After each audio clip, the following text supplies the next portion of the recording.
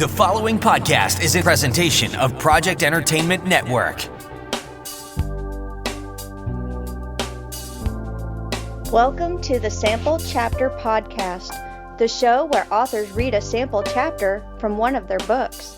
Here's your host, Jason A. Meiske. Hello, my friends. Hey, it is that special time of the month. Once again, it's bonus episode time. This is episode 134 of the show, and this is a special one indeed, as it's part 2 of the Six Gun Justice feature that we have going on. Yeah, a couple of days ago, we featured Paul Bishop, who is one half of the author-host duo, and today we have the other half, Richard Prosch. I had such a great time visiting with Richard. We talked about, the draw to Westerns, to use a term. What the draw is to Westerns, the call of the West, how his character Dan Spalding came to life. We also talk about building a great collection of short stories like he did, which he put together in compilation books. Really, really cool stuff. And of course, making the most of your writing time. And one of the things I found really interesting too is how Richard is a self-described science fiction lover and writer long before he became a Western and crime writer. So that was interesting as well to find that out. And something that was especially nice for me to learn was that Richard is actually pretty close to my own backyard right here in Missouri. So hopefully one of these days we'll get a chance to go grab a cup of coffee and maybe a cigar and have a chat. It's going to be, it'd be really nice. Well, as always, if you like what you hear, please rate and review the show on your favorite podcast player. Give us a star rating, give us a review, tell me what your thoughts are. Anytime I see one that I like, I'm going to make sure and share it here on the show. I'll give you a shout out. If you like this or any other specific episodes, please share it with your friends and tell them about this great new author that you discovered on our little show. And lastly, if you've read a book that you've heard about here on the show, please give that author a rating and review on Goodreads and Amazon. It's very important. It helps get more attention to that author. Those reviews do make a difference. So make sure you do that. That's what I do. I rate everything on Goodreads first and then carry it over to, copy and paste it over to Amazon. So, if you like, follow me on Goodreads. I'm just Jason A. Meiske over there on Goodreads. You can see what I'm reading right now, what my annual challenge is. I'm challenging myself to read 35 books this year. So you can see that. You can see what kind of reviews I write. And I invite you to do the same. Don't forget to follow the show on Facebook and Twitter. It is just the Sample Chapter Podcast on both of those outlets. We're also on YouTube, which is a growing community there. You can very easily see the cover art for the book of the day as the episode plays in the background. Of course, if social media is not your thing, but you still want to reach out to me, then you can do so via email at samplechapterpodcast@gmail.com or leave me a voicemail at 660-851-1146. Again, as always, with these bonus episodes, I don't go into a whole lot of extra information, but I do want to say a quick thank you to my sponsors, U-Sto-All out of Warrensburg, Missouri. They are the premier self-storage facility with everything that you need for all your storage needs. Check them out online at U-Sto-All.net. That is spelled the letter U, STORALL.net. And of course, Scrivener. Not going to say too much, but check out this advertisement and learn how you can save 20%.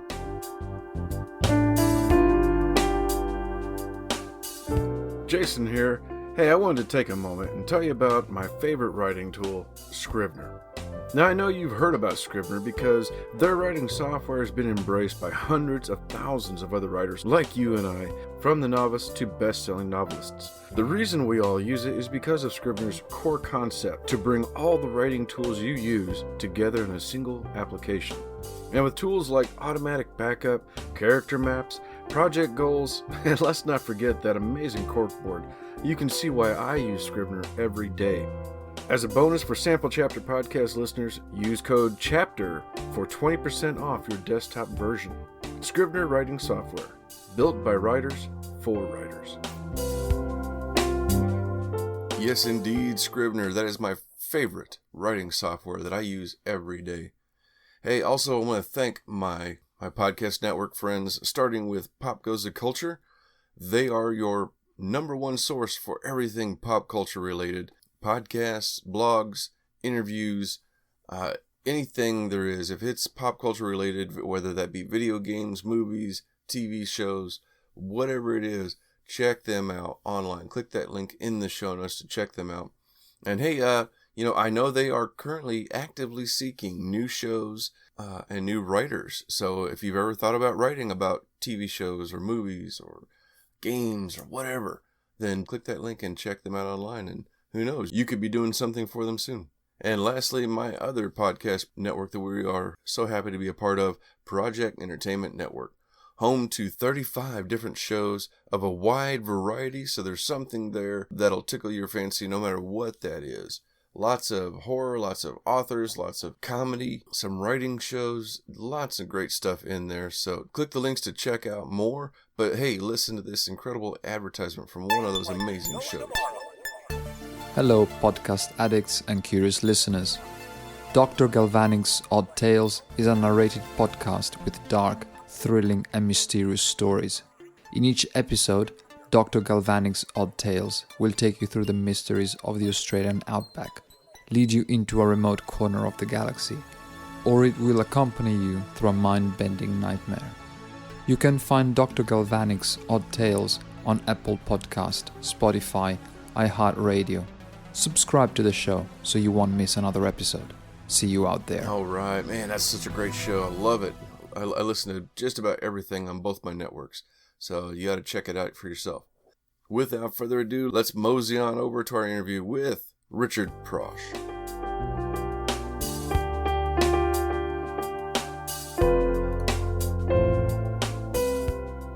Hello, Sample Chapter listeners. Welcome to an exciting new episode of the Sample Chapter podcast. Hey, this week we are going to sidle up next to the campfire and talk with crime and Western author Richard Prosch. Richard is a Spur Award-Winning author whose Western crime fiction captures the fleeting history of lonely frontier stories of his youth, where characters aren't always what they seem and the wind-burned landscapes are filled with swift, deadly danger. Richard, welcome to the show. Hey, thanks for having me. My pleasure. I'm so happy to have you here. I just recently got to have your partner, Paul Bishop, from the Six Gun Justice podcast, which I've become a big fan of. So this is doubly big for me to have the other half of that show on here with me today. Thanks, Jason. Paul is a great friend and a great guy, and he paid me a lot of money to say that. So. Well, so I guess while I'm on this subject now, and we got to talk to Paul a little bit about it, but let's get your side of how this came up and maybe how you met Paul. Oh, wow. I think I met Paul initially, like so many of us do these days. I met him online, and I believe it was probably in the Men's Paperback Adventure group on Facebook, which is a great group of guys. I think we've got 1,000 people in that group. And we're all tied together by our love for adventure fiction from the 20th century and specifically paperback fiction. So I'm sure that I met Paul through there or saw his name for the first time, though we did start to correspond through email and Messenger then with both Westerns and my Dan Spalding mystery collections. We went back and forth on that because, as you know, Paul has a history in law enforcement, and I asked him a few questions, and I think we just hit it off really well. He's a really good friend. That's really great. And then from there, you at what point did you decide? Okay, hey, let's do a podcast together. So last fall, Paul and I were working together. Paul is an acquisitions editor at Wolfpack Publishing, and Wolfpack has been acquired my backlog of Westerns a couple years ago and has been re-releasing some of my Western fiction. Paul was the editor that worked with me on that, and there were so many Western writers who we felt were really good, but maybe were forgotten a little bit or weren't getting the exposure that they needed to get.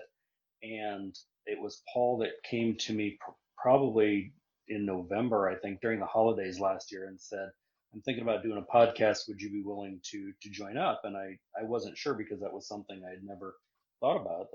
This is a medium that I'd never really thought much about, though I've listened to podcasts like everybody. And I said sure, not knowing exactly what I was getting into. And we prepared for about 6 weeks, and then I think our first podcast was at the end of January last year, or this year. Mm-hmm. Yeah, and it's, as I said, I've kind of gushed about it here recently, shared it on a few social medias and everything. It's really been kind of a breath of fresh air, and I don't know what it is. If it's the time, maybe it's being home so much, or the the atmosphere that we're all kind of under right now. But the Westerns are really speaking to me. Maybe there's something about the wide open spaces and the at least for me, the innocence of America in those days, that really wasn't, but it seems like it was. There's a sense of that romantic sense of that we can lose ourselves in, and in this weird time that we're in. And I was talking with somebody recently too. I wonder if, and hopefully I'm not stepping on any toes. I wonder almost if some of the lawlessness kind of brings out that longing for the Old West, where it's like you just want somebody to come in and straighten things out. Oh, I think so. Definitely. Yeah, I've actually heard that from friends, and not on either side of politics or any politics. I've heard lots of people say, "Boy, I just wish, whether it was a Western hero or a superhero or somebody, I wish we had somebody that would come in and take care of this." So you're dead on, Jason. That's exactly what I think is happening. Well, speaking of heroes, we have one of the books we're going to be hearing from today is the latest of your Dan Spalding mystery collection, which you have several already. Where did Dan Spalding come from? Well, my wife and I moved back to Missouri from South Carolina, and I was kind of amazed at how Missouri, at least where we live and the places we would visit, like Lake of the Ozarks or Branson, have this kind of rural urban feel. It's urban in some areas and very rural in others, and the transition zone between the two isn't always that clear. And I thought this would be a really neat place to set some crime fiction. And I wrote a few short stories set around Lake of the Ozarks, but I didn't want to make it specifically that town or those towns, just because I feel like I want some room to stretch, and so I created a mythical town called Ozark City. And one of my, we had fantasies about what we would do in other walks of life if we could, and I've always thought I wanted to own a bookstore or maybe an old record store. And I thought, what if you had an ex-cop of some kind of law enforcement officer who had retired and bought a record store, or somehow acquired a record store? And so those elements came together to create Dan Spalding, who is a retired Missouri State Patrol officer who inherited a record store in a entertainment town that's sort of like Branson but isn't Branson, and sort of like Lake of the Ozarks but isn't Lake of the Ozarks. That and I know exactly what you're talking about with that area, plus that feel. Missouri is certainly one of those places where you're in a very urban area at one point, and then very rural the next moment, and you're either surrounded by very nice houses on one side of town to broken down trailers on the other side of town, and you're kind of looking around going, am I in the same town or is this a different one? Exactly, right. And I thought that would be an interesting thing to, just like with the Westerns, I thought the landscape itself would become interesting, and the geography itself that the hero would have to work with, not just the people and the other characters, but the actual landscape and the environment around him. Yeah. So what is something about Dan Spalding that makes him stand out from other crime characters?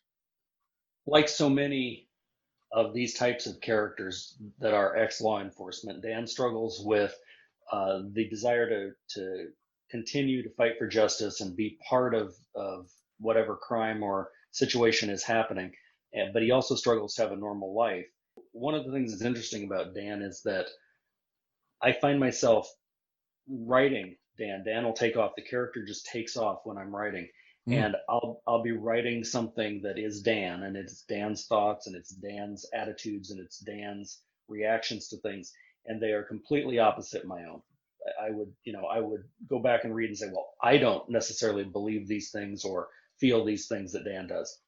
Other times, the two of us are completely simpatico. So I think, well, that's me. I feel like I'm projecting myself into the character like writers do. But other times I'm very surprised when Dan takes off on his own, and I think, well, wow, that's not me, but it is Dan. So it's really great to see the character become his own person. So I think that sense of struggling with wanting to be more and be better and see justice done and see the right thing done. I think Dan is somebody who thinks through things, maybe to a fault. I think he thinks too much, probably overthinks everything, and that's probably kind of a double-edged sword for him. Oh wow, yeah. It sounds like Dan has become a character that's really seated himself within you, and he's one of those characters that now you don't even have to struggle to look for him. He's right there, ready for you whenever you need it, and sometimes coming out when you least expect it. Yeah, exactly. And it's interesting that you said that because that's very true. I can stop with a Dan Spalding story and go for 2 or 3 months and write other stories and write westerns. And as soon as I need to come back to Dan, I can just sit down at the typewriter and he's there, and we take off on whatever the latest adventure is. That's really great. Now, how many Dan Spaldings do you have so far? Well, there were 6 short novellas that came together into 2 volumes when Wolfpack acquired the backlog. Uh, the novellas had been published before and were available and did pretty well. So Wolfpack acquired that backlog and put them out in 2 volumes. There's the Dan Spalding Mystery Volume 1 and Dan Spalding Mysteries Volume 2. Each have 3 short novellas. And those novellas complete one complete story arc. So while you can read them out of order, I don't think there's anything wrong with reading them out of order. You wouldn't really miss that much. There is kind of a background subplot involving Dan and his girlfriend that, if you read the 6 in order, is more rewarding probably. And Okay. then the newest one is number 7. Wow, 7 already. Oh my gosh. So now, was it crime fiction or was it westerns that you first started writing? I think that I first started writing science fiction, and I felt like I knew a lot about science fiction because I grew up reading. My dad was a member of the science fiction book club, and I knew a lot about those authors. And when I was writing the science fiction, I sometimes felt like I was just aping uh, stuff that I'd read before, stuff that read like a Star Trek episode or something. So I said, well, my grandpa loved Westerns. He was an avid paperback reader, and he would have been, right at home in the Facebook group where I met Paul. So I thought, Westerns are something that I love because of the uh, area that I grew up in Nebraska. I grew up in Nebraska. So I really could relate to Westerns, and my grandpa loved them. I was familiar enough with the tropes and the movies, of course, and the rifleman on TV that I grew up with, Mm. but I hadn't written a lot of Westerns. So I deliberately started to write Westerns when I got serious about writing. Though crime was there too. I would write a crime story because really, a good Western is often just a crime story set in a different time and place. That's excellent that you said that. I was just thinking the same thing. How, to use a word you used a while ago, simpatico. They go together. It's the old West. You think of crime, and so they do kind of work very much together, and that's almost what the old lawmen were detectives themselves.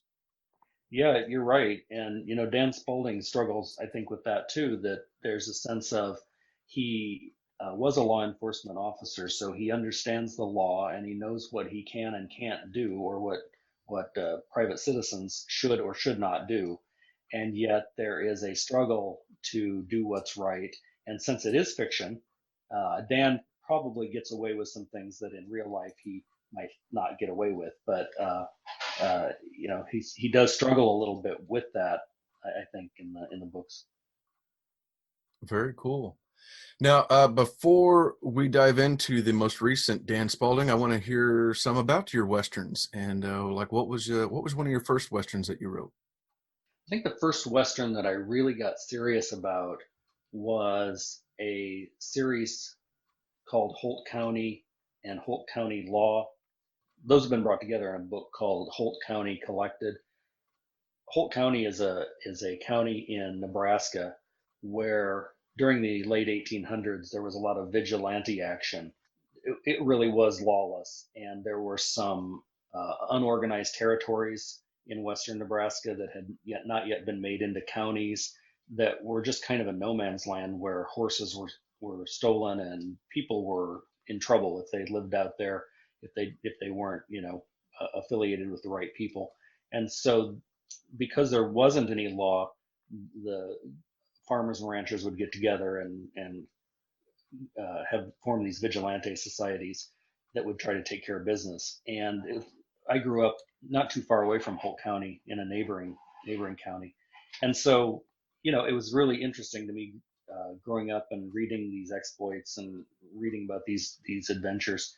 So I did write a short story called Branham's Due, which was the first story featuring Deputy Whit Branham of Holt County, Nebraska, and he would venture into unorganized territories and deal with the vigilantes who, as you might imagine, he had mixed feelings about. And so those stories then eventually worked into 3, again, short novellas that Wolfpack put together and published as the Holt County Collection. I find this really fascinating. How many, and I'm not sure if I'm correct in this or not, but you have a lot of your novels are actually collections of short stories in the same area, like the Holt County or the Peregrine, which is the collection of John Coburn Western tales. Which I find that fascinating, that you've got all these little stories and you can pull them together in one novel and then sit down and read a story or two at a time. Is this like a process that you naturally go through with your writing? I think it was. My wife and I have a business together, and we've been in business for about 25 years. And being in business for yourself, it's just always, feast or famine. There's always a hustle going on that you have to work together, and you never know when your clients are going to need something. And so I was in a situation where if I had a few days to write, I would write, and then if I had to go back to work with her, I would, and it might be a week or two before I would get back to the writing. So I didn't have when I first started, I didn't have a whole lot of discipline as for writing every day. I would write in fits and starts, and so the shorter works, I think, came naturally from that I could sit down and usually do 20 or 30,000 words in a short time, in a couple weeks, 3 weeks, 2-3 weeks, something, and keep my attention span on that. And so those first Holt County books are probably 30,000, 35,000 words. The Peregrine, same thing. And those came together in around 2011, 12, 2013. They would come together and I would release them or try to find a publisher that would release them, and had some luck with some small press and with my own publishing as well. But when Wolfpack brought them together, there was a sense that, okay, now these are out there, let's stretch and let's sit down and be more disciplined and work on some things. And so now the last couple years, the novels are longer and like the needle drop is longer. But yeah, I think that collecting that stuff is a lot of fun. It's the kind of stuff I like to read too. I like to read short fiction. And I think that's important for aspiring novelists and authors. one and the same, really, depending on where you are in the country, whether you're a novelist or an author. But I think it's important for aspiring writers to understand that sometimes we don't always have the time to sit down and write, and it's important to take that time when you can. And there's no one way to do it. If you've got a few minutes, then sit down and write on that for a while. If you've got an hour, great. We don't always have our desk in front of the window with a beautiful Missouri afternoon going on and before us, and we can just write away for the day. That's right. And I always remember that Isaac Asimov used to say when he worked as an academic, teaching classes and working at colleges all day, that he would sometimes write on a napkin. If he had 45 seconds, he would write things down and write sentences and paragraphs that he would later incorporate. And I thought, wow, that's pretty neat that some of these epics that we read, these SF epics, could have been written in 45-second intervals here and there. Well, I love all of this, and I'm very excited about an upcoming project that you have called Black Rose. What can you tell us about this? Well, this was a project that Paul came to me with around the same time as the podcast. So at the same time as that we were working on the podcast, we were also throwing ideas back and forth about the Black Rose. And Paul had a pretty good idea of what he was looking for as an acquisitions editor at Wolfpack, and with some of his own thoughts on this character that would be sort of an avenging angel of the Southwest in the early 20th century. A masked character, something like maybe a female Zorro, kind of a swashbuckling sword and adventure type of character, but updated with some modern sensibilities and some history. So it came together pretty quickly. We created a Bible, and I wrote the first two novels, and both of these are full-length novels. The first one is The Legend of the Black Rose, that should be out in the next month or two, and the second one is The Sword of the Black Rose, and I think that will be out before the end of the year as well, or at least right around the first of the year. It's a pretty exciting character. Yeah. It very much gives me that feel of when I was growing up, and I think you and I might be close to the same age, but we're both younger than Paul. So, but still, I remember growing up in the early '70s and watching Cisco Kid, Lone Ranger, Zorro, all the old black and whites, and that feeling of swashbuckling adventure going on all the time, and the good guys always coming out, and Zorro being the only guy with a black hat who was a good guy. And I love that feel of it. And I get that same sensation hearing you talk about Black Rose.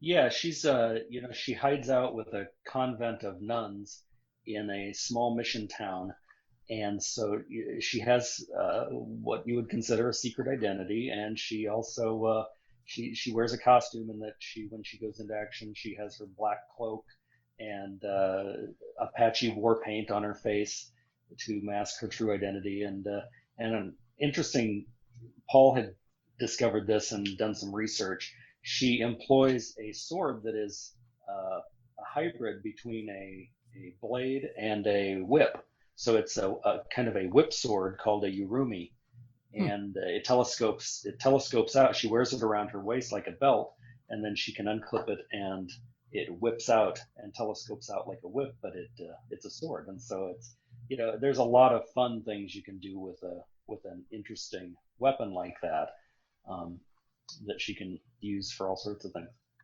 Wow, that sounds amazing. Well, you gotta let me know when that comes out so that I can help share that for you and both Paul. That sounds amazing. Sure thing. All right. Well, so going into today's story, we're going to be hearing from Needle Drop, your latest in the Dan Spalding mystery series. What do we need to know ahead of time before we get into this?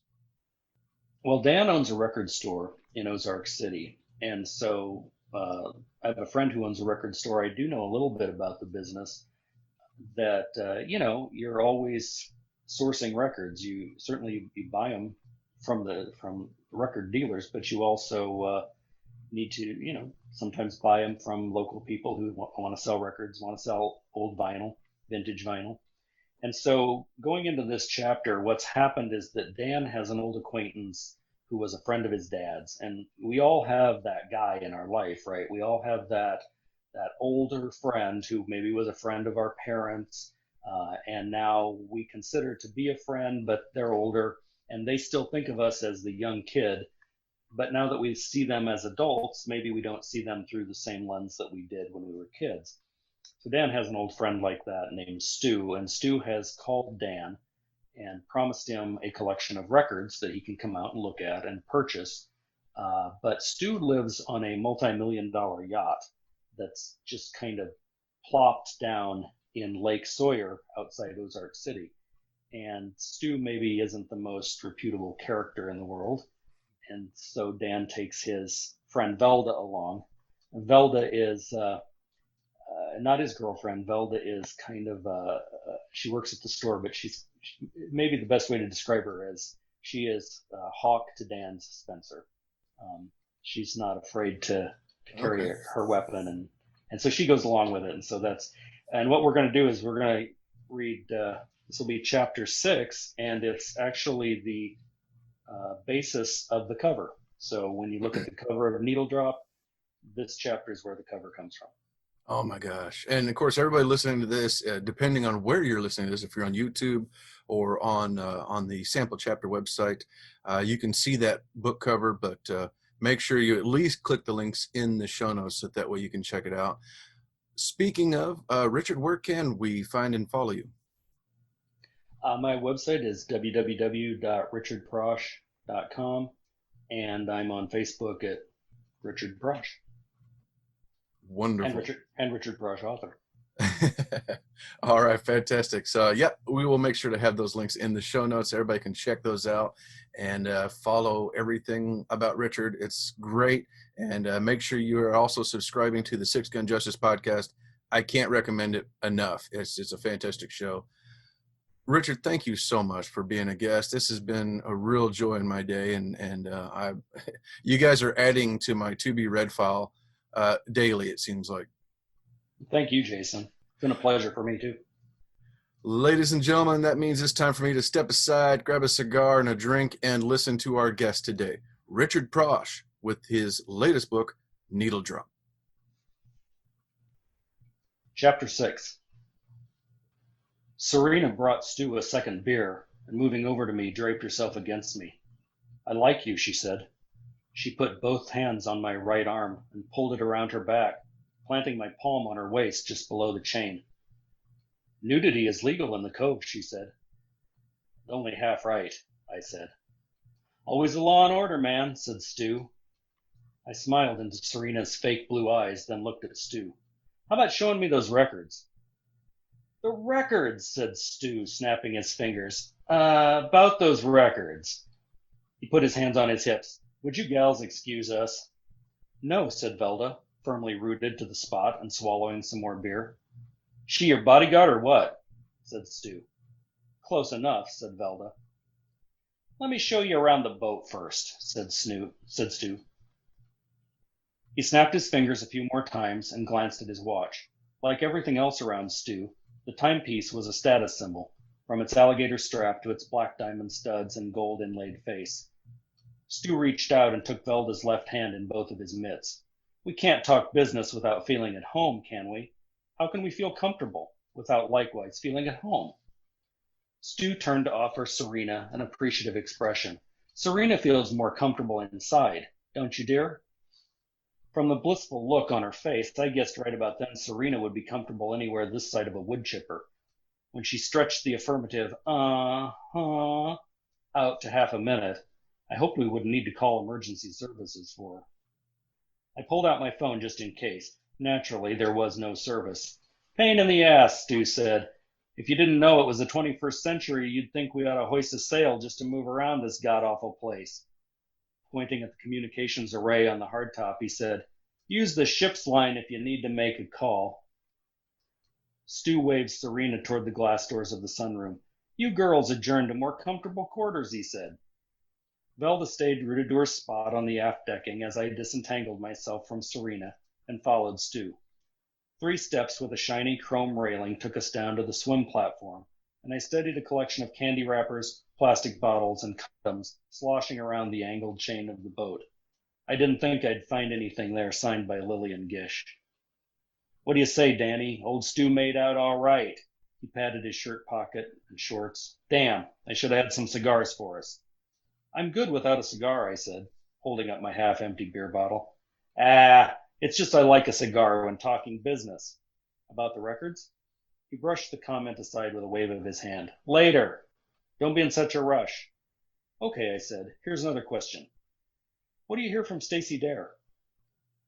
I haven't heard from Stacy in years, he said. Why do you ask? How do you know Stacy? Checking for a friend. Sure you are, said Stu knowingly. But no, I don't have a clue where Stacy is these days. Weird girl, you know. To hell and gone. He drank some beer. I hear from her. I'll let you know. Stu cleared his throat and continued. Real business now. I got a proposition for you. I've been partners on the needle drop for a while now. Me and some other guys I know. You might do a little business with one of them, Klaus Reed, the banker. I wasn't surprised by the name. He's the VP at the Chamber of Commerce. There's 2 great days in a boatman's life, said Stu. The day he buys his boat and the day he sells it, I said. Stu whacked my shoulder. He laughed riot, just like your old man. Nope. It's the first night he beds his lover on board. I should have guessed. How do you think the needle drop really got her name? He said, pausing for a beat, amused with himself. Just kidding you, he said. Who's in the boat along with you and Klaus? I said. The usual crew, he said, or in this case, with a capital letter, we call ourselves the Crew. Got a little LLC pulled together, and the boat is in the company name. It's more discreet this way. So how's it work, like a timeshare or something? Exactly like a timeshare, said Stu. We don't all live in state. This way everybody gets their turn. Problem is, and I'll be honest with you, we've had a few guys drop out since the setup. I held up my palms flat to ward off what I guessed was coming. Nope, not me. You said business was good, Danny. Not good enough to afford part ownership in a floating white elephant. What white elephant? I need to show you around. The lower salon and galley area. The VIP quiet room. Lots of cushy furniture and storage bins. It's got every luxury you'd expect of a beautiful, spacious lake home. This home just happens to be out on the water. It's even got a fireplace lounge. What's a VIP quiet room? I said. Pride and joy, Dan. There's 4 or 5 berths on the boat, but the VIP room is on the lowest level below decks. It's a spacious suite, decked out with its own shower, head, wet bar, and kitchenette. Besides all that, it's been reinforced against the elements, absolutely soundproof. The walls are solid state, lined with cell phone blockers, no security camera. A private place for private pleasure, if you know what I mean. It's a good place to make dirty movies. I would never mix business with pleasure, said Stu. I promise. I've never made any movies down there. I don't know. It still sounds sketchy, I said. Hey, you're the one who asked about Stacy Dare. Which seemed like a weird thing for him to say. Before I could comment, Stu pressed on. Actually, I do have an ulterior motive. Here it comes, I said. I hate to tell you. Go ahead. When I said we had a few guys drop out, I mean they dropped out permanently. We've had a few guys get croaked. They died? More like they were killed, as in murder, recently. How many are a few? 2, and the only connection between these guys is the needle drop. He counted on his fingers. These fellas lived in different parts of the country. They worked in unrelated fields, all above board. They died in 2 different ways. What ways?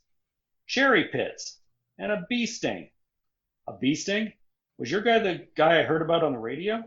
Stu said it was. Smith Morrison, managed a casino, allergic to bees. Somebody locked him in a closet with a hive full of them. Well, what about the cherry pits? A friend of mine named Rick Smothers lived in Arkansas. Yeah, who'd have thunk, right? Cherry pits. But I guess they're poison if they're ground up and dropped in your food. But law enforcement is on it? Stu shrugged. I imagine they are. But they don't know about needle drop. You're sure? We're pretty damn discreet. Far as I know, there's nothing else to link Morrison and Smothers, and nobody's connected the dots to find the boat. I sure as shit ain't gonna mention it. I can't end up with a bunch of cops crawling all over the place.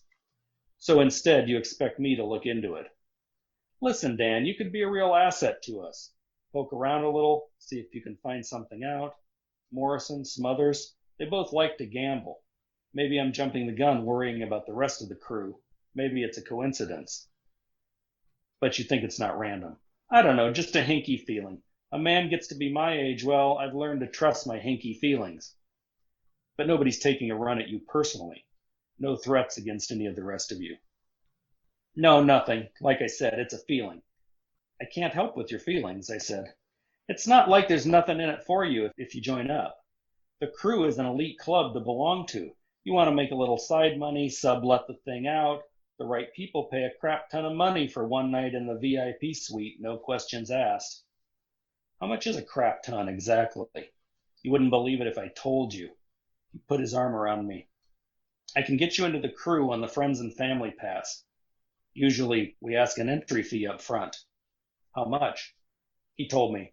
Less than the cost of a new car, said Stu. We buy cars off different lots. If you agree to look into the murders, we could waive the down payment. Again, he looked at his watch. Are we on the clock? I said, remembering his voice from our morning call. You be here before lunch, he'd said. I don't like being outside too much. Not good for the skin. He tipped his head up toward the party crowd in the cove. Maybe not good for my health. He walked back toward the stairs ahead of me. Think about the offer, said Stu. Once in a lifetime opportunity to move up, and we sure could use your expertise. He held up his watch. Let's get another beer.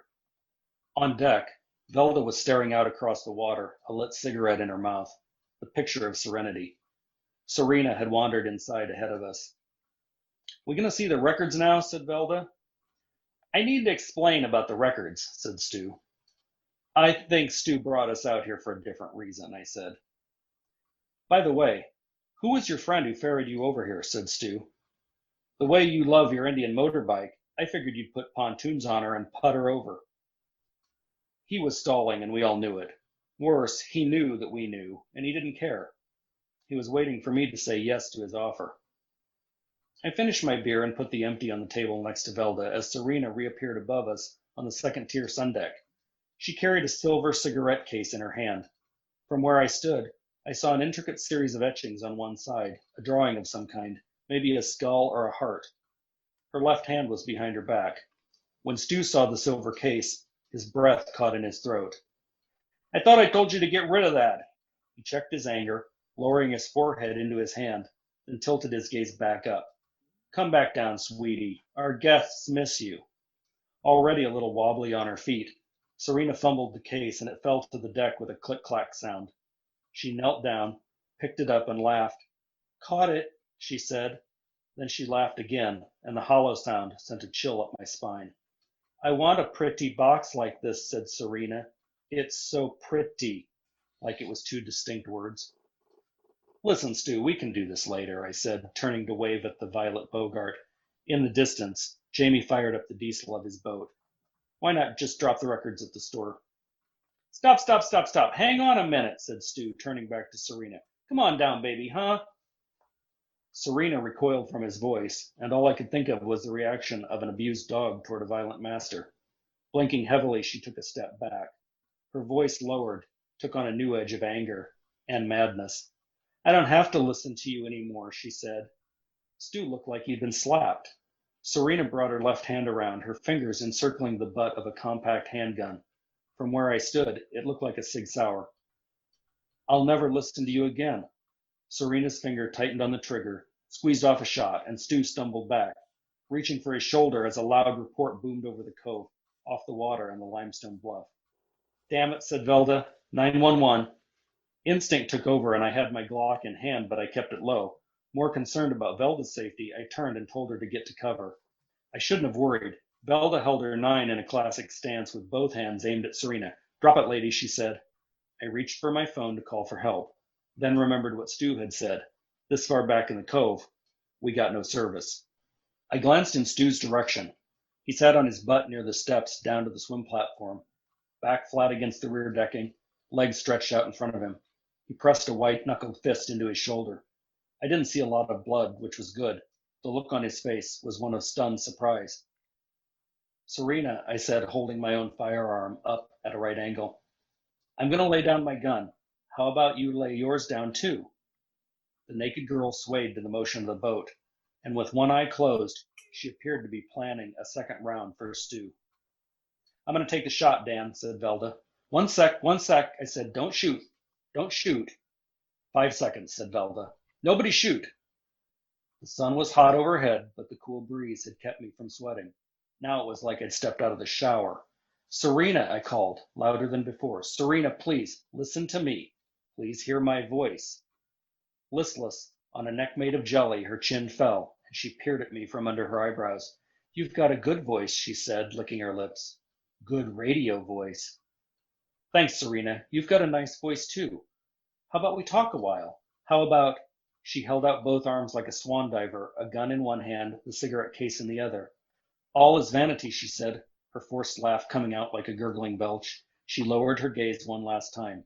One of the blue contacts was missing. "Heaven's calling."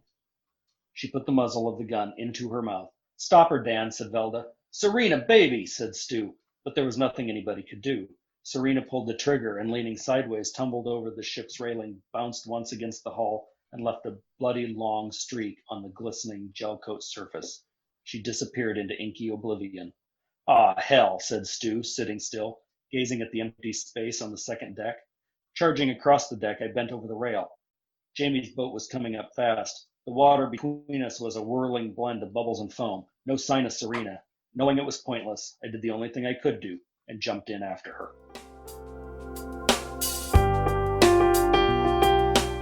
Oh my goodness, that was incredible. And that was Richard Prosch reading a sample chapter from his latest Dan Spalding mystery, Needle Drop. Don't forget to click that link in the show notes for more about Richard Prosch and all of his books. Check out his and Paul Bishop's show, the Six Gun Justice podcast. If you are a fan of Westerns, you're going to love it. Don't forget to also click that link in the show notes for our sponsors and podcast friends alike, and hit that subscribe button so you don't miss out next week when I'm back with, and I know who it is again, Hank Philippi Ryan on the show next week. So hit that subscribe button and we'll see you next Tuesday. Take care.